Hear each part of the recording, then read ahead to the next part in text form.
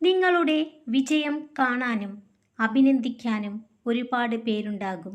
എന്നാൽ അതിനു മുമ്പ് നീന്തിക്കയറിയ സങ്കടക്കടലുകൾ, പരിഹാസങ്ങൾ എന്നിവയ്ക്ക് വിലയിടാൻ ആർക്കും ആവില്ല. അല്ലെങ്കിൽ അതൊന്നും ആരും കാണില്ല. മനുഷ്യൻ്റെ നാവ് വളരെ ചെറുതാണ്. എന്നാൽ അതിന് ഒരാളെ പർവ്വതത്തേക്കാൾ ഉയരത്തിലെത്തിക്കാനും പാതാളത്തേക്കാൾ താഴെ എത്തിക്കാനും കഴിയും. രൂപം കൊണ്ട് ആരെയും വിലയിരുത്താനാകില്ല. ആരുടെയും സഹായമില്ലാത്തപ്പോൾ അകറ്റി നിർത്തിയവരായിരിക്കും ചിലപ്പോൾ അപ്രതീക്ഷ സഹായവുമായി വരുന്നത്.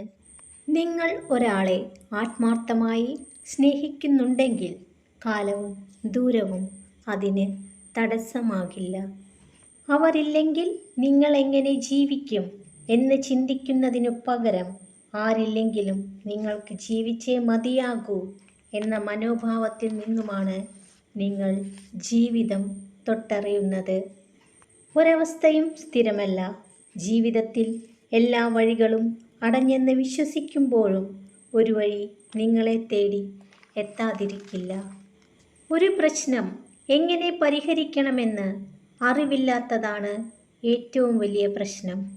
നിങ്ങളുടെ പ്രശ്നങ്ങൾ പങ്കുവയ്ക്കാൻ ആളുകൾ കൂടുന്തോറും പ്രശ്നങ്ങളെ സ്വയം നേരിടാനുള്ള നിങ്ങളുടെ കരുത്ത് ക്ഷയിച്ചുകൊണ്ടിരിക്കും. ഇരുട്ടിലാണ് വെളിച്ചം വേണ്ടത്. ഒറ്റയ്ക്കാവുമ്പോഴാണ് കൂട്ടുവേണ്ടത്. സ്നേഹം ആഗ്രഹിക്കുമ്പോഴാണ് അത് കിട്ടേണ്ടത്. ആവശ്യം കഴിഞ്ഞ് കിട്ടുന്നതെന്തും വിലയില്ലാത്തതാണ്.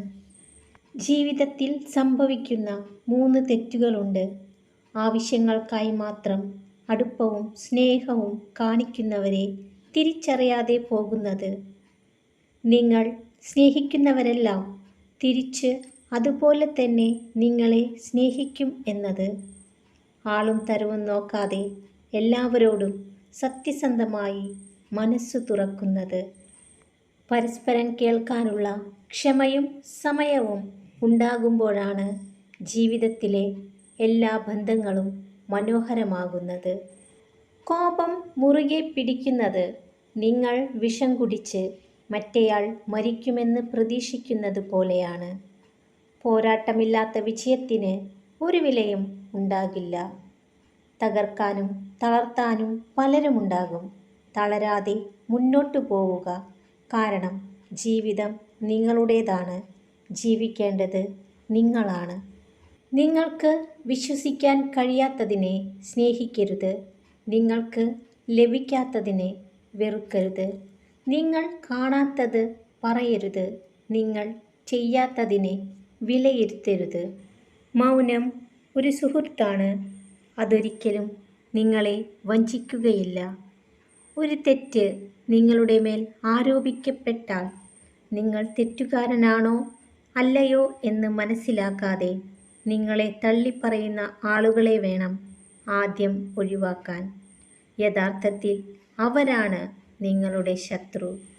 നിങ്ങൾ സ്നേഹിക്കുന്നവരെയല്ല, നിങ്ങളെ സ്നേഹിക്കുന്നവരെയാണ് സ്നേഹിക്കാൻ പഠിക്കേണ്ടത്.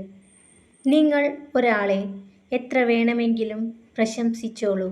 എന്നാൽ അപമാനിക്കുമ്പോൾ ഒരു നിമിഷം ചിന്തിക്കണം. കാരണം അപമാനം എന്നത് അവസരം ലഭിക്കുമ്പോൾ നൽകുന്ന വായ്പയാണ്. എല്ലാവരും പലിശ സഹിതം അത് തിരികെ തരുന്നു. നിങ്ങൾ ചെയ്യുന്ന കാര്യം ചെറുതോ വലുതോ ആയിക്കൊള്ളട്ടെ, അത് നിങ്ങൾക്ക് സന്തോഷവും സമാധാനവും നൽകുന്നുണ്ടെങ്കിൽ അതാണ് നിങ്ങളുടെ ശരി.